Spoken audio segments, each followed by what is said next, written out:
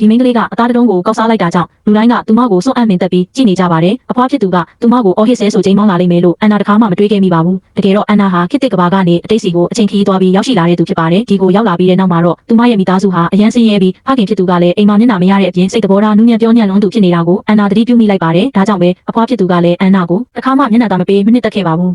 ဒီနေ့မှာတော့အကြီးဆုံးဦးလေးဖြစ်သူရဲ့မိသားစုကအိမ်ကိုအလဲလာဖို့ရှိနေပါတယ်အဖွားကသူတင်ထားတာကြာပြီးဖြစ်တဲ့ဝက်သုံးထက်သားတုံးကိုအထူးတလဲထုတ်ပေးခဲ့ပါတယ်တကယ်တော့ဦးလေးဖြစ်သူရဲ့မိသားစုအိမ်ပြန်လာရတဲ့အကြောင်းရင်းကအန်နာကိုတိတ်ဆုံးသွားတဲ့လူတစ်ယောက်နဲ့လက်ထပ်ပေးဖို့ဖြစ်ပါတယ်အဲ့ဒီနေရာကိုသွားရမယ်ဆိုတာအန်နာကိုအလောင်းနဲ့အတူအရှင်လက်လက်မြေမြုပ်တကြိုခံခိုင်းတာနဲ့အတူတူပါပဲဒီလက်ထပ်ပွဲပြီးမြောက်သွားရင်ဦးလေးဖြစ်သူကငွေကျပ်9သိန်း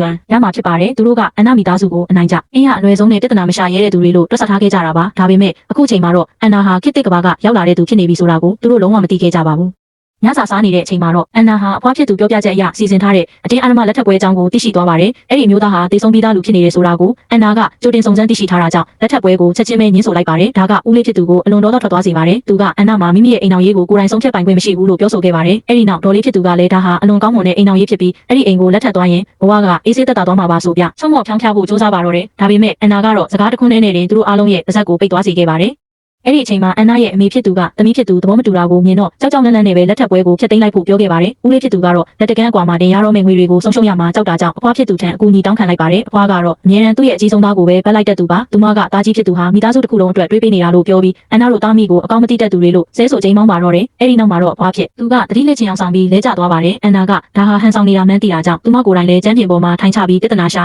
ကြီးကြရပါတော့တယ်။အကယ်၍သူမကိုအတင်းအဓမ္မဆက်ပြီးလက်ထပ်ခိုင်းနေမယ်ဆိုရင်ရေရင်းနဲ့ခုံချတီးပြစ်မယ်လို့ချင်းချောက်ခဲ့ပါတယ်။ဒါပေမဲ့အဖွားဖြစ်သူကတော့သူမကိုနည်းနည်းမှဂရုမစိုက်တဲ့အပြင်ခုံချချင်ရင်လည်းအခုပဲသွားပြီးခုံချလိုက်ဆိုပြီးတော့တွန်းအားပေးခဲ့ပါတယ်။ဒါနဲ့အန်နာလည်းရေရင်းရှိရာဘက်ကိုပြေးသွားပါတော့တယ်။သူမဟာအဖွားဖြစ်သူအပါဝင်တခြားသူတွေနဲ့ရုံးရင်းဆန်ခတ်ဖြစ်နေစဉ်မှာပဲရုတ်တရက်ချေချော်ပြီးရေရင်းလေးကိုပြုတ်ကျသွားခဲ့ပါတယ်။အရေးကြီးတဲ့အချိန်ခဏလေးအတွင်းမှာပဲသူမရဲ့အမေဖြစ်သူကအချိန်ကြီးလှမ်းဆွဲလိုက်နိုင်လို့အန်ရီကနေတီတီလေးလွတ်မြောက်သွားခဲ့ပါတယ်။ဒါပေမဲ့အဲ့ဒီဖြစ်စဉ်မှာအမေဖြစ်သူရဲ့လက်မောင်းမှာတော့ပြက်ချဒဏ်ရာရသွားခဲ့ပါတယ်။နောက်ဆုံးမှာတော့အဖွားဖြစ်သူကအန်နာကိုထင်းကိုယ်တော်ထဲမှာပိတ်လောင်ထားလိုက်ပါတော့တယ်။နောက်ပိုင်းကျမှသူမရဲ့မောင်လေးကတိတ်တဆိတ်လာရောက်တကားဖွင့်ပေးခဲ့ပါတယ်။အမေဖြစ်သူကလည်းအန်နာအတွက်အထုပ်ပိုးတွေပြင်ဆင်ပေးပြီးဦးလေးဖြစ်သူအမေဘက်ကမောင်ရဲ့အိမ်မှာရက်နေလောက်တွားရောက်ပုံဆောင်နေဖို့ပြောခဲ့ပါတယ်။လန်ခီမှာတော့အန်နာဟာဒဏ်ရာရရှိထားပြီးသူမရဲ့ရှေ့တဲ့မှာတင်သတိလေးလဲကျသွားတဲ့မျိုးသားတစ်ယောက်နဲ့ဆုံတွေ့ခဲ့ပါတယ်။အန်နာကတော့သူ့ကိုလစ်လူရှုပြီးဒီတိုင်းထွက်သွားဖို့စီစဉ်ခဲ့ပေမဲ့အဲဒီနောက်မှာတော့ထူးဆန်းတဲ့အဖြစ်အပျက်တစ်ခုစတင်ဖြစ်ပွားပါတော့တယ်။အန်နာဘယ်လန်းကပဲတွားအဲ့ဒီမျိုးသားကသူမရဲ့ရှေ့တဲ့မှာပဲထက်ခါပြန်ပေါ်လာပြီးလဲကျပြနေပါတော့တယ်။